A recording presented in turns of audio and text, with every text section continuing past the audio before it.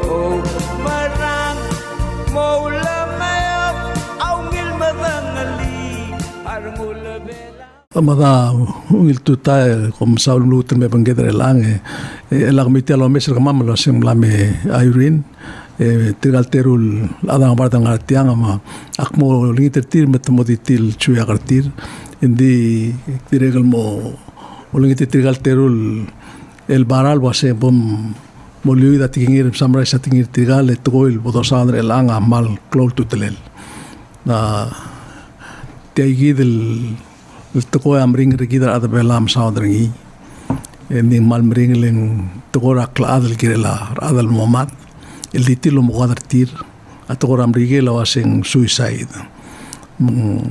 kedemengel wasabluada sera 2021 yang am le kotel record al sera ablur belam le kotel toka suicide ringi leng le engara mnete im adal matelon adam nada seguidel rak emtial nombre que raga mlotel gibil kasai el raga que mengel waseng ngol buil dim langaria imol suicide bela mringel togoileng malum sin del togol girar ngala mringel togol ada dingil ngwak langarngi kita manam kasai adam ngaringi trigal terul el adang bartang artial soldado el tirga ungara aragu kurora agal mitram rigel mo uror lo bangkedra togora pulis ra togora tutelalla ma direcel togor te gidel lo quadra gidel lo quadra gidel makmo mo mistriate alam tamo o ai situasie te gato atang ngara ulm tangal tiang ngara sebedel ada tu ngil gidel tial toy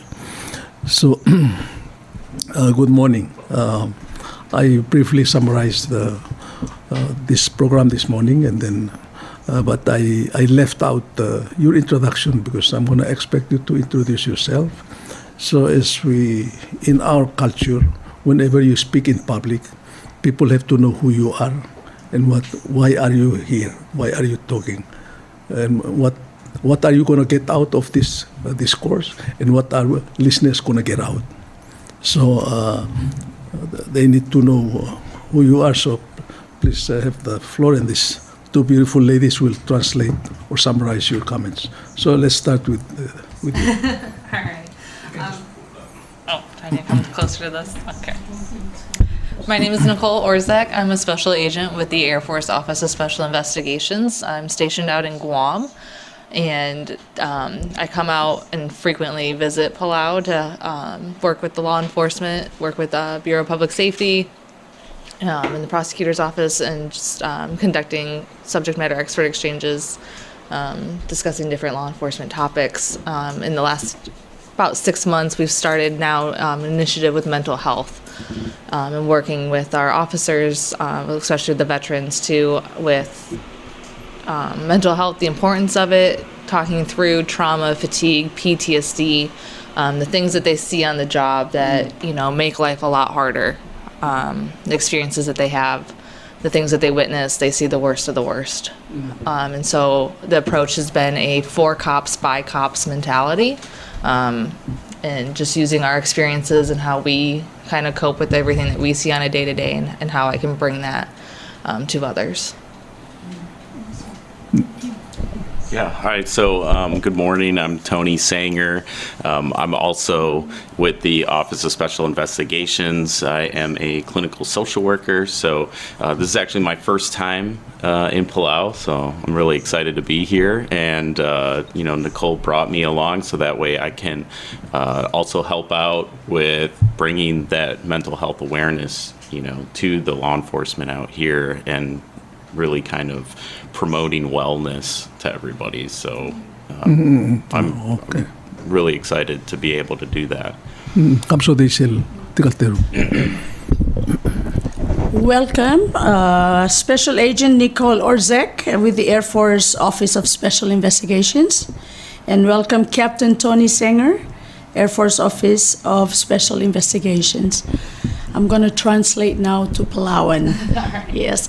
Malungil tutal marvekla de lovangedra UDESUALL. El altuta tirgagit el teru lovangeda Nicole Matoni tirganga Tirga obengela US Military Air Force. Engar belaw Nicole amlamotela lo maiselmel ol nga seora Ministry of Justice ol nga seora Police. Tirgal terung a special tirtira nga rato ko era mental health. Mental health amang Adamare nga sulela Jennifer Anson ang kaya National Security Coordinator. Ngiya kukmlo sa el gimol ngi tertir el mera sure kamam el altutaw e mamasaw de obang kamam lo siga ayel sa el mo kutmokla. Lo nga seura mental health rata kadil police mar veterans ngar ba al sel belaw matire kal kid ro kuil other belaw lo spe. We've had Palauans who work in U.S. in this area of mental health and different states here, and the way they they explain the cases of suicide and mental health they have are not really different than us. Basically it's individualized trauma, mental, emotional that drive them to do it. So in your line of work, and probably I think you're going to do it here during this time, dealing with this problem, what are the basic causes of suicide, major suicide? And I'm sure all over the world, some countries suicide is an honored thing, especially when they deal with big issues. But I think we all know that it goes to the family, mostly family problems and human relationship. What do you say? So are you asking? Yeah. So what are the main causes? In your studies, in your line of work in U.S. and what you've seen, what are the causes of suicide? Um, I don't quite understand the question. I think for what we see a lot, and it's like you said, that's why we're out here doing what we're doing. It's just not having the ability to talk about what's going on, not having a support system or somebody that they can kind of lean on to share those issues that are going on. So when they feel alone in their problems, what else are they going to do? And sometimes those problems become so overwhelming. So what we're encouraging is, being able to find a group of people that you can talk to. And so specifically when I've been working with the BPS, it's been, you guys all have that commonality. You guys are all cops. At least at the end of the day, you can talk about those problems with each other. Maybe you don't want to bring up what's going on at home, or you don't want to bring up financial situations or something to that extent, but do you have somebody that in your household that you can talk to maybe about those things? But if not, at least the things that you witness on a day-to-day as a cop, did the six of you go to the same scene together and see something horrendous, whether it's a traffic accident that caused a death, or, you name it. At the end of the day, those are all traumatizing things for us to go into. Can we at least take 30 minutes afterwards and talk about what we just saw and how that's affecting us before we continue on the rest of our day, or sit on that for months or years at a time, never saying anything? And then that's just, you have that emotional baggage, that book bag that we wear with all of our problems that we just keep shoving things into, and eventually that overflows if you don't get a chance to talk about it. So trying to just implement those, just even small groups that get together once a week or once a month, just to be able to have that check-in with somebody that you trust, because they're a coworker and they understand at least what you've seen. Well, Ngirmang Olkeril Ngirmang Ngirmang kita other bella oil lom ta so se gata di magrabek kal sils mgata di gaswa se di atatu dim raringing rangalike tal tiakal sabil mo subi se gita lo sengiril mo o ai sa kel kor opereo traul taswir mang tirga tirgal misatra police ding tiakadil police at arbek lovely marnurs ngaring police mo mali marom malubet tok tang mamli marro osi ka ngodal kom omqater segit lobreotel ngararandir. So I was just sharing that it's easy sometimes to say, you can just talk about it with your colleagues. Right. And we are a community of very close community where we're all kind of interrelated, and we think that we're talking to one another all the time, but apparently it's not all the time with a few of us. You know, even doctors, police, you know, even people in high positions, sometimes they turn to alcohol or drugs to try to, you know, not talk, you know, so. Yeah, I think you know, kind of what puts people in that position as far as like that leads them to take that decision of suicide is universal. Like, it doesn't matter what country you're from or culture. A lot of those things are completely universal. And, you know, whether it be financial issues or usually relationship issues are like the number one reason. And, you know, just what we were talking about in the sense, if you don't feel like you can talk to somebody about that, and be open and kind of process those things, then you feel alone and you don't feel like anybody is, you know, actually going to take care of you, then that's kind of what leads somebody down that road. And so, like, the more that we can normalize talking about difficulties that you're having in your, you know, emotional, personal life, then I think, you know, that's best for everyone, because then you don't feel like you have to keep that deep down inside and that, you know, that no one will understand, because everybody has those issues. You know? I think, Tony, you and Nicole, our culture is different because, and I'm sure you probably learned that already the past 6 months you've been coming, men are taught and raised to be a man, suppress whatever you're feeling, and in other words, stop being a wussy. Right. And so when problems like this, whether it's financial or marital or relationships with, you know, their girlfriend or, you know, relatives, then they can't be vocal. And so when me and her, I was born and raised in Guam, educated in the US, and her, so we're very open-minded, we're very vocal, and Palauans are just not used to that. And they don't like it because when you want to share issues that you're facing or what's on your mind, you sort of have to, in other words, you go from San Francisco to Arizona to New York and back to San Francisco, and for them to try and figure out what you're trying to say. And like he said before, you know, we started the radio talk show, so that's just how it is, you know.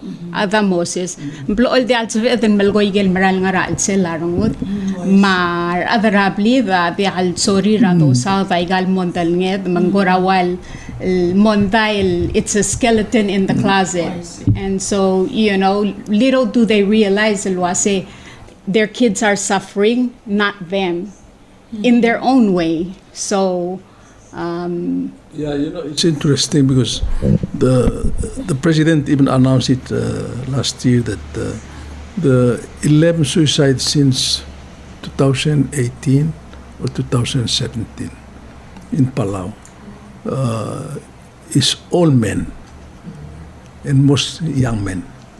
Yeah. So and this is and we're taught when we were growing up that if you're a man, especially if something negative or something hurt you or something, you don't talk about it. You should supposed to hold it, and it's like a weakness if you discuss it with somebody else. So when it comes to our family, it's like if we have like a family, you know, wrongdoing, you know, you don't want other people to know. So you keep it. And so, shame, and so it's really it's serious, and we're really trying to so figure out how to deal with this, because when we try to discuss this publicly, even in my different men group, when we discuss issues, if you bring it, then people just kind of nothing. Especially, you know, when you discuss what's the root cause of suicide, why do people commit suicide, you know? Right. And so it's something that we're trying to figure out as a country, because I have a feeling that the reason why we have such a big jump in number of suicide in 2021 is because that's the end of the COVID period, and people were closed and all this, and so now you can see that not that many has occurred since up to 2022, but this year we had the first suicide already, and I have a feeling it's there's going to be more this year because of the way the society, there's so much kind of pressures on the people now, especially the cost of living and the new tax, and these people support the new tax, but I oppose it because it causing a lot of misery I'll among. speak for myself. A lot of misery among the people. I mean, they really, and I tell the leaders, I said, I think we're going to have more suicide this year because you can see people really coming out out of desperation. Like, for example, I have friends or relatives who come and ask me for money that they have never asked me. I mean, you can look at their face; they're so ashamed. But one coming from Palau and said, I use somebody's car, she's there, but no more cash. I don't have money, and I cannot tell her to pay for it because I'm using her. So can you give me, in a kind of look down and ask me? Man, I said, oh shit, this is serious stuff, and then you can see these things happening that, the people are being, traumatized, and so in your line of work, in military, I read suicide of the military people, especially veterans. What because we have a lot of our people in the military or retired. Yeah, even my son, I have a son who's retired now. So what drives them to commit suicide? In the military. Yeah, In the military? or after. I mean, it's kind of what I was talking about before, in the sense that a lot of those things are universal. I mean, certainly there are different aspects with the military in the sense of being in foreign places, away from home, away from their families, their friends, their support systems that can kind of drive them towards that. But research shows that it's really relationships, financial issues. Those are kind of the kind of the top ones that kind of lead somebody to that, and then just not feeling like they have somebody to talk to and be able to help them through that. They can feel isolated, especially if they are away from their main support. If they're stationed somewhere overseas, that can lead to that. But a lot of times people would think, because they're in the military, they've maybe been in combat and, seen ugly things, and that certainly can play a part, but most of the time that's not the case. Most of the time it's actually just regular human being issues, So in your line of work here, I mean, the next few days we're going to be here. What institutions or groups you're going to work with in Palau in terms of dealing with mental health, and what areas in Palau? So for right now, the biggest one that we're trying to hit is the Bureau of Public Safety, and a lot of that's just, I have the cop mentality being law enforcement in the military, so easy for me to relate to those guys and start kind of there. But then I'm also trying to work with the veterans on Palau too. I haven't been able to really talk to them a whole lot yet, but that is definitely high on the priority list for me as well. I have some veteran groups back in Guam that are willing to maybe come out and kind of help kind of take those guys in as well, to give them somebody to be able to talk to, and then maybe potentially schools or the college. And I think from what I've been gathering is, like you said, some of the suicide rates and stuff are the younger the younger men. So I'm trying to start at the lower age groups with the the high school and the college, and just trying to bring that awareness. And like Tony was saying, being with the military, I think a lot of times we have that same mindset of we have to be the strong ones. We can't talk about our problems. We have to put on that, Yeah. nope, nothing bothers me. I'm good. Yeah, I'm good, Everything's yeah. okay. And in the last few years, I think we're finally starting to get rid of that stigma. And it's been, I don't want to say easier, but a little more accepted for us to be Right. able to reach out and get help. But it's been a lot of initiatives like this where people are just finally talking about it, talking about the fact that, asking for help when it comes to mental health and talking through these things that are bothering us is okay, because it's bothering all of us here at this table in some way, shape, or form. And just trying to put it out there that it doesn't make me weak to sit here and talk about the things that I've seen that are bothering me. Thank you for sharing those. Hala ko kulkul to ko Welcome. Ngoram la mo kultuk le chen Ngirmang. Dia tiragi tarangar solta ngaringa kalir ngaringa arokur tire kal moringa kai kitin. Magkita tarangar bela ambral klo albur el al time. Se mal to tangali tiragi to lo sea dire kal ay kaya kita momring rarat auto tama our relationships ay kaya tulong ali rarat amo remula to swear adal mobreo makor omda sul tial kurang sertir tablo alar adal tirar waiki the channel DBS lo ay kaya landari kita akor katati muy kel ngaraw do swet mengkaruba ka mengwaise intia ka al koram amarul mo esel lakad amrul mong ikata sabay talungin iway wal klabsel lakad kukya ka ay kati to rak langar maklat etir ka kita luase tamla mo betik luase dire kal adara paluri na malangar soltaw giril lol giril masaw giril dia kal amrul low ice sangra kukul to sweet talking about it. I say giret el momsupel mo open maring landing. Sea ulma igelol ko senator atutaw mogorgi klesel tongo du leng seldi da blagatak employed de al sorry rap blagatak maklamarang ego da small goram liwek le mga du employed mo I sendi. I'm glad that you both mentioned that. I mean, it's a big stigma here in Palau, and it's such a small island that it's such a big issue when our children share their problems with somebody else, because the older folks like him are just not used to it, because they tend to keep things within the family or the clan, and they don't want it known publicly because people see it as like bad or shame to the family. But I think now, the younger generation now are more open, but hopefully we can slowly, like you mentioned, you can reach out to the high school and the college to be able to bring awareness to them.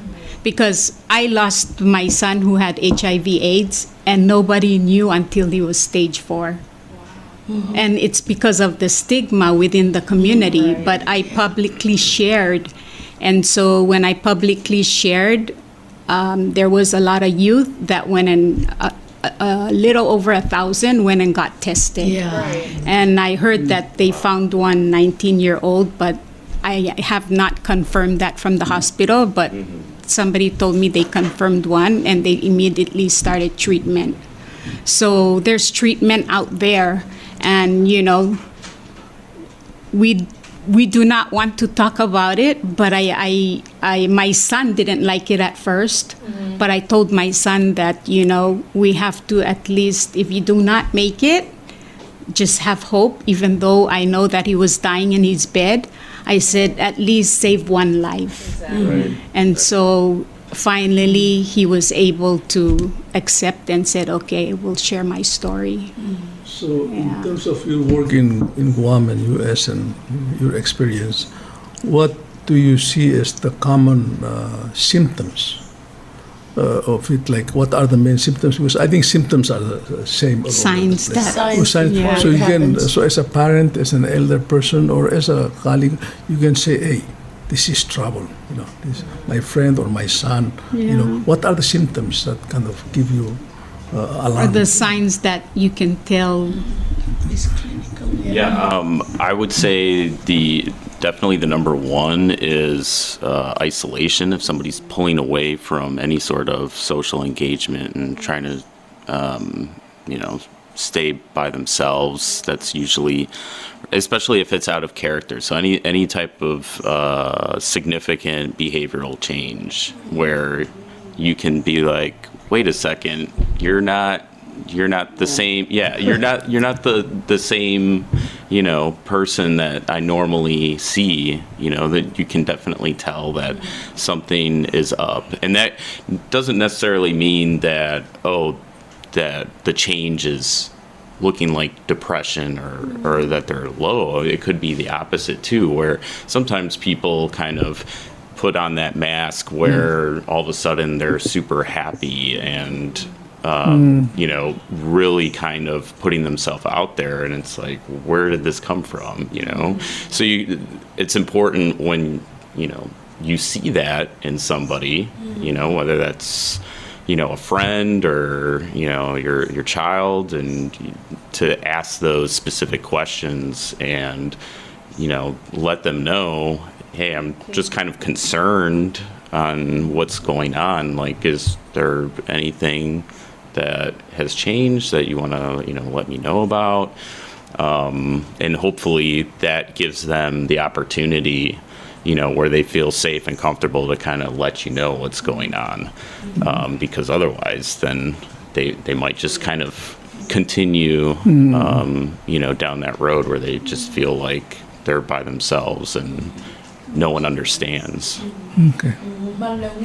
Ngirmang lokel was ngarakel kor olang al muesraat al klomal ke kareiru u era al kor ondas wal motingin malarak langarangi mga elang kagital Tony kor aku clinical expert try kagital mental health mong wase mal bato ka sabet al mes lolang araat es el gotol lolang sel blabol roy de long roy teringira bekla de coral atil Wadil mo ke atil lo panterirar ate e cora wayal ngaringa mga sangaringin ding atil lo mesar atil atil mga taturar at mang sea wase sea gotol lolang ding wase ngaringa ko pebil Gora wai segit etika berul gorak malungi larandil di tiaka ul Marcel tak malungi larandil mengkira de lo mesa igit el gora mongal tangot el teletele laat ek malungi la takuk tokor okedi de tokel base kawang rang ngara gora concern kawang ngara ulta swim kawang rang. So it's good that you share those. I'm very happy to hear that, because we started last year because we had such a high level of suicides in Palau all of a sudden that we started on our Constitutional Day, which was July 9th, to do a suicide prevention awareness community awareness outreach, and a lot of the military were with us to help. And I remember one young man in the military, he said that he was so close to doing it with killing himself, and then somebody kind of saw him and say, "Hey, how are you doing? I haven't seen you in a while," and it snapped him out of it. So thank you for sharing those. That's usually all it takes, because when that person is really, thinking about doing that, it's usually because they feel unseen, right? Yes. They feel like they're invisible and no one can see the hurt that they have inside, but just that compassion, that somebody asking, like, hey, how are you doing? And being genuine, somebody that can really change somebody's thought process on it. A simple smile will save a life. Right. I think we have a call. We have a call, so can you put him on air? We have a caller. Caller on the air. Oh, malungit tutaw. Malungit tutaw yung korte gid ada tial solgao ma UDESUALL ma tele station.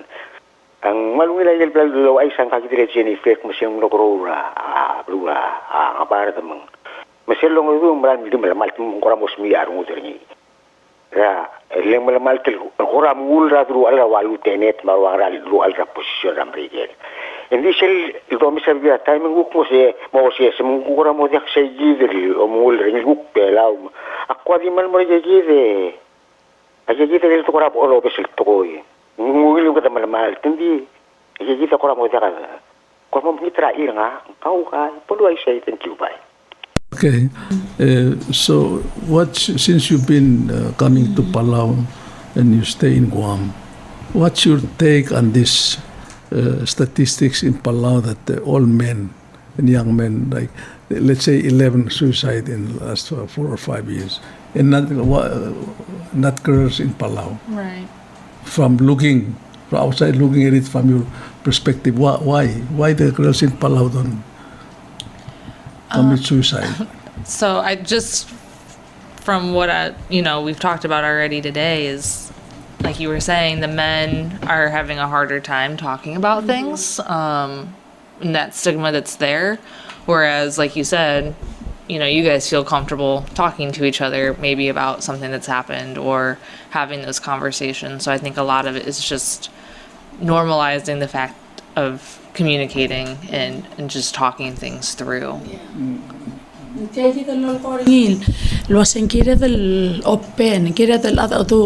I'm very proud of my sister here because, it's a big taboo in Palau. And that caller was saying, what about, respect, and people misunderstand and think that respect, you're supposed to just keep your mouth shut and not say anything. Sometimes they misunderstand the meaning of what true respect is. And, what you've been sharing is exactly what she has boldly shared with what happened to her son. All of us have trauma in our life. I mean, when you're born, it's a trauma. I mean, it's like, yeah. Because we're not, we don't give birth. So. But imagine being a human being, you come out and, you're like a fish in the womb, and then suddenly the bright lights in the hospital, and, and all like, make her cry, make him cry. So it's this talking about it, sharing, and not being ashamed to share. I see that it's really important. Can I ask the last question, and then because we're about to finish in 7 minutes, so I know you've seen these people walking around like zombies on the street, men, and some of them have white hair. It's really common here. I mean, I've been to Taiwan, I've been to China, I've been to Japan, I did not see that many people, kind of, crazy people walking on the street. I think Palau is worse because I live in Malgao, of course. I go to Malgao, I said, we have those people. And before, we used to keep them at home because it's a shame to allow them to go out.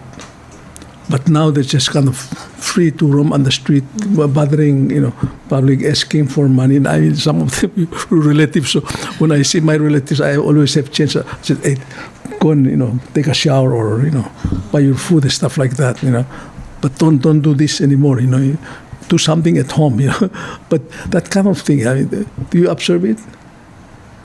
I mean, how do we? That's mental health, of course. Right. You wanna? So, I think two-part. I think on this, some of that is like you said, the mental health, and having somebody like Doc Wally who can kind of help in those aspects, and trying to get them some of the help that they need. And then I think the other part too that you're talking about is just stress, the stress of life, and not having healthy coping mechanisms to kind of deal with that then takes you down that route.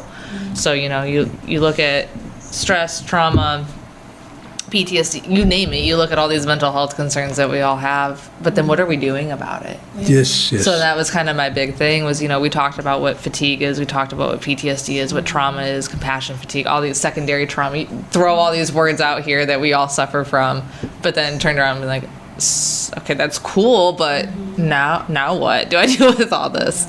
So trying to bring in some healthy coping mechanisms, talking about, being out on the water, taking the boats out, going to the Rock Islands, being in nature, going on hikes, exercise, healthy eating habits, sleep, just all these different things that you can do. What are your hobbies? What helps you relax? What motivates you to do something? What motivates you to get out of bed every day? Go to church. Going to church. Yeah. Any of those things. And then versus some of the more unhealthy coping mechanisms of, and even just electronics and getting on social media and scrolling social media for 8 hours a day because you want to try to, bury your problems and not think about it, or, too much alcohol consumption, drugs. I mean, you name those things, and it's like... Many of them came from U.S. Many of this, they went to school in U.S. or in the military, and they come out crazy, So, I mean, it's, I've been thinking, I said, maybe we should have a program with some kind of a village or some kind of an island here where they can put them there and then, even cut their hair and, kind of have them do something creative so that they can, instead of just, it's really like, to me, it's the biggest shame of Palau. That this government, the leaders of Palau, this community have not done something about this. It's worse because I watch it, I count one time, I from topside, I came down, I count them. There were about like maybe 7. They're standing on the street corner or, in the store or hustling tourists or, asking for money. And I said, this is not right. Can we do something like in line of military type of, so we can train them or something, I disagree with him calling them zombies. They're not zombies. I think they're humans like us. And I believe that everybody has some kind of gift or talent. And I believe that maybe if the family would actually use them to help them do chores and work, of course they're mentally ill, but some kind of compassion, like you mentioned earlier, I think I cannot handle them anymore. No, there's. I mean, I've dealt with a lot of my relatives. You can never say never. Anything is possible through Christ who give us strength. But I think anything is possible. I think we should look at it in a positive way rather than a negative way, because that's how you can move forward and face these challenges. That's how I look at it. But if we keep saying government this, government that, but everything starts from home first. So you need to start everything from home. I believe that if there's a mental illness within the family, we have to learn what were their gifts before they became like this, and try to use that to help that so they won't be a problem to the community and the society. I mean, that's how, I don't know, you're the expert, so. Do something about it. I mean, she's philosophizing, but, we have to pass over that. We're dealing with human beings, with sick people, hustling people. It's not right, and then they look, we have to do something. If the community has to, parents, you ask the parents, they said, we cannot do anything. I personally have gone to many of them. I said, hey, can you do something with the wife? He said, we cannot do anything. Well, totally out of control. You cannot treat them like prisoners. So you have to find solutions. Right. I mean, that's what I was going to say. I agree with you in the sense that they are still human beings, right? So we don't want to just look at them and call them a problem. But like, how can we help them? And a lot of it is through acceptance, right? Like accepting them as a person and helping them kind of whatever that may be, but everybody needs a sense of purpose. But what can be done in a small community like this place? I mean, literally, you can philosophize we all help, but what can be done? It's one thing to sit and say, oh yeah, this can be done. Can we do something? I believe something has to be done. We have enough resources to do something to these people. Utilize them, make them to be useful people, and to be not like that hungry and asking money to buy food. It just really hurts. Ngirmang amal up to 3 tirkan nga likaya smerap terir el timetet orat kularail. Ngirmang at over San Francisco direct toko do der atringim de direct mal timetet orat kularail. Tial mental health are serious worldwide. Diakadil Palau maktirek el korati olingit lo se halakuk talitial kerra kuktara atalulke el swala ker. I'm going to ask a question from the community that they sent. Question: what will make a Palauan police officer take his or her job seriously when in Palau everyone is related? I hope this question makes sense. Everyone is related, so it's hard to prosecute people sometimes because of how small we are as a country. Crime will always be hidden sometimes when the perpetrator is related to the prosecutor. Can you address that? Oh boy. This is comes to The mental health It of the does. police because they have to do their job, but because we're related, Yes. Right. it's very hard. And obviously being here for the 6 months that I've been in and out, I do see that people are related. Everyone's related to everyone almost. It's a very small town community, and that does make this job a lot harder as a cop. yes. So I think a lot of what can be done or could be done is why did they become a cop? Why are they doing what drives them to do their job? At the end of the day, it's hard. It's a hard job to have, let alone now have, members of your family that's in the community that they're Yes. potentially having to arrest or respond to calls for. There's a lot of different things I think that maybe could be done, but in the mental health aspect of it is being able to recognize within yourself why you do what you do. Well, the same young men also shared in Palauan language. Every time a cop takes an oath, it's just like every public servant when they take an oath.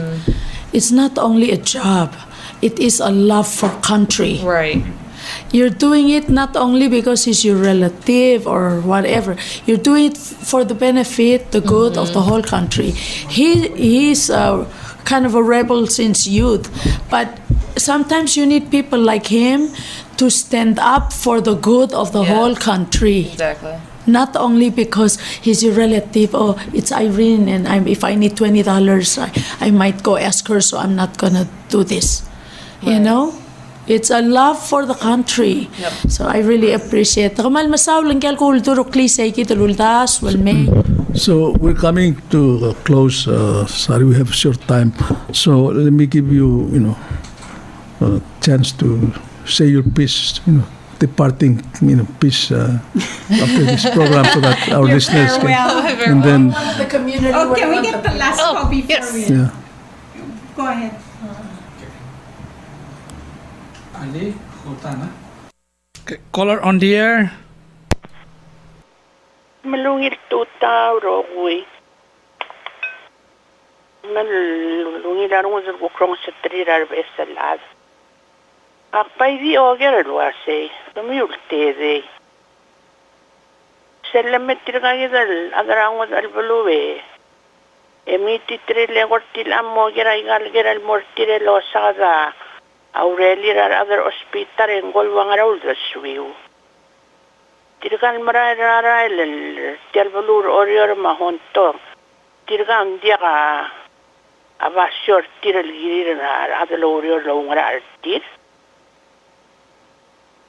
Lendiang doreng srar other longara artir el akamiwa oreng srar other. Ang barda kukmlen memru laureli re kukpisite kukmarayla.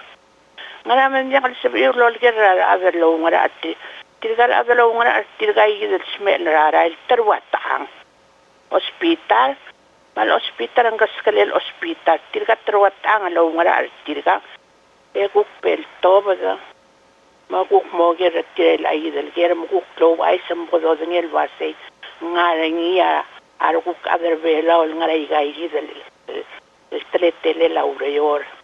Ela como que tire nga makitaron ko loreng sir kami ulen tangare kera adro ngara ale mel ay lang awal karir til andi di kal dur ko mi ta sangar ger adlo ngara le kami o ger ka mama ika Ngirmang ya gora mal ger el bulu di gel sebedel mare rar adan murai ke luredi tol tabadar til el memlo sa ika angke ger batto karangal kal ngara raela ay gangar alle lablay di ko pala kal sa velen for hospital ang mga lel hospital nga ring itrike lo ngaran elang di yar adan nga clinical mangmal abula ay ward tamasika dra al sela public health el atiyid public health al mol goring tiyid o ngara arti di dal trentengir o ngara arti gang ngara ela May gila lo ni tertiri alwa se mema musu ko mamal mo masatial officer ka mamlo ngara tirgal ad man ngari ako sa irel tuabo ka elo si sakretrir e ko klebolo el pestrir aklaman ngi tir malora ele e tir ko polo level apply tabula nga lege ga go zong urtire e la kadamra ngo sutrir o mal masula mol me do rengosa Ilang ko address say. Mahal ba di mo diesel to el mortir gangle pero eso lo masado ngariar adlo ngoral mo da kasi ilmem at least concerned citizens are wondering, you're experts, you come and you come for a short time and you help. But we also are well aware that we are very short on hand with experts on island. He and I tried to invite the only psychiatrist in the island, Dr. Sylvia Wali, to come and join us this morning on this conversation, but she had to do clinicals in this morning, so she'd love to meet you afterwards. And from what she had shared, it would be really wonderful if there is a way that not only your expertise, but a way that we can negotiate our governments to agree to provide not only more adequate facility to house these people who suffer from mental health, but really to provide more assistance. She's the only one. Like literally, you go to the hospital, they don't have enough. When you go meet her this morning, you will see the place where they keep mental health. It's called behavioral health. And there's not even enough places there to cater to their needs. So a lot of them, they escape and come and walk around the streets. Sometimes there's lack of medication enough also. Basically, the caller says that, where is the responsibility in the community or in the government to handle this kind of problem? Why do you have foreigners like you come and, and we ask you questions and say, but where are the people who are responsible? If the family cannot handle them, these people, then where are the people responsible? Or does anybody responsible? And those were the ones that we should bring them to this program and ask them instead of the foreigners here. We asked them last talk show, in fact last week Friday, but we haven't heard. Yeah, it's really a concern that, and that one of the things he said, so if you can offer something concrete that can help us because we lack resources, then at least we welcome that. So I guess with that, let me give you the to answer what can you so that this can be meaningful, because if you just come and just talk and you go left us and nothing, what can you we welcome any advice and suggestions. Definitely we lack abilities or resources to fully settle this problem. So I think part of at least what I know I'm trying to do with the mental health initiative is to continue to have these conversations. So I know, like you said, it's a lot of just conversations, it's offering advice, working through different coping mechanisms, different things that can be done, raising the awareness, so that way maybe as things unfold, people can work together to try to figure out what is the best course of action for Palau. Yes. And what can be done, and raising that higher to get more people, knowing what's happening and what you guys are asking and what is actually needed. Mm-hmm. So. I know I don't have a lot of, I can't bring an initiative or a strategy out, but So I when you keep go having back to those Guam, consider this, what can you offer concrete proposal, not just like this. So when you come next time, you'll be invited to come and you give us some concrete proposals that we can go out smiling that we got some. Any suggestions, Tony? Yeah, you're new in Palau, so it's still kind of- Yes. So, just kind of what Nicole was saying is because there is a lack of resources to at least first identify, okay, this is a problem, right? Which it sounds like we're all identifying, like, okay, there's a problem in the sense where here in Palau, there's not many resources, right, for mental health. But what can be done without having those resources? What can an individual do for themselves without having a licensed professional to kind of help them through it? And there are things that you can do, and that's one of the things that Nicole and I are going to be presenting when we go out to some of these events and talk about self-care and coping skills, and and also things to avoid, like risky behaviors and drinking too much and drugs and those types of things. A lot of those things can kind of at least help you as much as it can without having those resources. And if I may ask before we close, from your experience and your expertise, do you think that it would be good to isolate these people, like in a building, like a facility, a mental institute? Because there's a new relocation of the hospital. Yeah, so hopefully our leaders can listen and maybe put some kind of facility into place, like a mental institute, where there's actually 24/7 caregivers or psychiatrists working there to take care of these mental people who are walking around, who he says are like problem in the community. So I just wanted to get your sort of recommendation, or what do you think of? Sure. So, I just want to make sure that I understand. We're talking about people that have severe, mental health conditions that.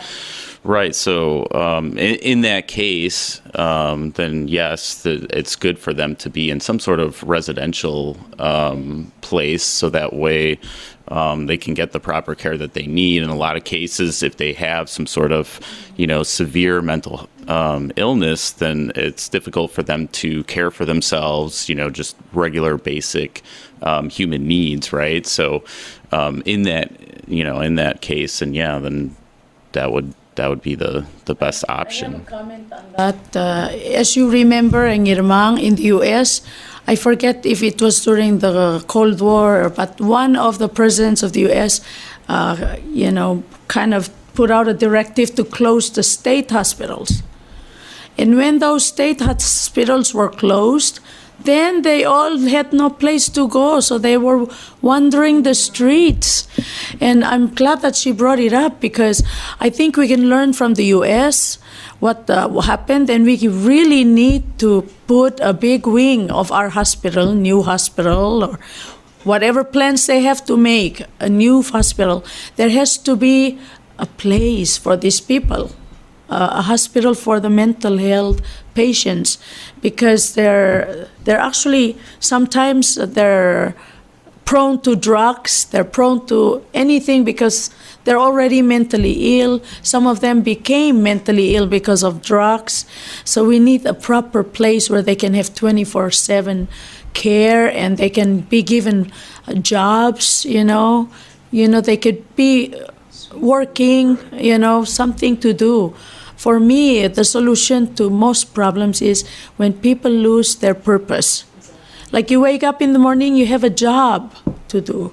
That's when everybody can be mentally ill if you just twiddle your fingers and do nothing all day long, which is his concern. They're sitting on the side of the street asking for money. Yeah, so thank you. Thank you very much. I think this is a big subject. We can sit here and discuss it for months. But so consider this as only the beginning of the public discourse, not in the offices, but publicly like this, when people can call in and ask questions and learn, and then we can openly and freely express ideas so that those responsible in our power structure can do something about it. It's not only in the government, in the churches, the clans, and the village council of chiefs and stuff like that. So because it's a really serious problem, because it doesn't matter how much money you have and how much big buildings and nice cars and stuff like that. But if you have people like this, suffer from mental health and committing suicide, then, and it's a large percentage in terms of population-wise. If you take it from Palau population of present 12,400 Palauans and about 7,000 foreigners, I mean, it's too much. Exactly. Statistically, I'm kind of ashamed to even produce the statistic because it's so big, So I think we have capacity to do something about it, and with friends like you, who are rich in resources in big country. But we have to deal with you shooting in your country every day. That's entirely. We're looking at it and we say, what the hell is going on in America? Besides the natural disasters that hitting you. So No, I think we need more leaders like the U.S. Congress, the Republicans, where they just went on and chewed out the Homeland Secretary. Oh my God, I've been watching that all day. Then we'll be more accountable. Well, I will be back frequently. Yeah, so let us know when you're and next these are time you're back. conversations that I do want to keep having Yes, with everyone. yes, so very it's much so. not a one and done initiative by any means. So. Yeah, And okay. I think we can reach out more better to the community when you folks come. Just have Jennifer Anson contact, Definitely. either of us, and then we can make arrangements for you folks to come on the radio. And as we say in Palawan, sulang mauril. Thank you until later. Yes, thank you. I really So, Yeah, we don't say goodbye. no, it's never goodbye. Ngirmang, let's have them on our list for the July 9th suicide Yes. prevention community awareness outreach. Yes, yeah. We had it in the middle of town, so before Yeah, you're good. scheduled to Nicole, come. you, July To 9. be here then. you so. just walk over from your office at the BPS. Yeah. It's on my calendar. Sulang artial. There's something about autism that my colleague who is with the Omkasang asked me if we could just share. Autism has been on a rise in Palau, and people didn't know about autism, so they're having some events. And she wanted me to just share this flyer with everyone that they had a road sign campaign on the 14th of April. And today they are going to have again another road sign campaign by George P. Elementary School. And also on Friday, the 28th next week, they'll have a road sign campaign by Maristela Elementary School and Mizenti High School. And autism, she says, there's been a lot of misunderstanding whether it's a mental health issue or a disability, so we are asking people to please let's pay attention not only to the roadside campaigns but be involved and find out ways that we can find solutions to help parents with children with autism. Also, another thing that I want to share is it's Happy Earth Day tomorrow, but today they're having a big event at the Erngul Park. And I was just at the U.S. Charity Affairs event last night, and I witnessed an environmental expert, Mrs. Amber Johnson, and she gave a really significant, exciting, and really good to learn her expertise on soils and how things can be improved in Palau to improve agriculture, aquaculture, and food security systems. She works with, she's with the U.S. Embassy, and she works with a lot with the Ministry of Agriculture and Fisheries. So I'm inviting everyone to swing by Erangul Park and check that out. Oh, okay. All right. So since Jen says we're going to continue after you leave. We were ending the show. Yes. Then She at came least. a little bit late, so All right. At least you heard that, so check that out. I think it's fun. swing by Erangul, buy your lunch. Yeah. And thank you so much for coming and joining us on the show, Tony and Nicole. Thank you. Thank you, and see you soon, July 9th. Yes. July 9th. Can we July get a picture 9th. together? Yes. Oh, yeah, sure. We'll take one. So All right. we'll end and then we'll continue. Eo marang mola mayop au ngilmadangali arngula belau iseyau ul akmul mogon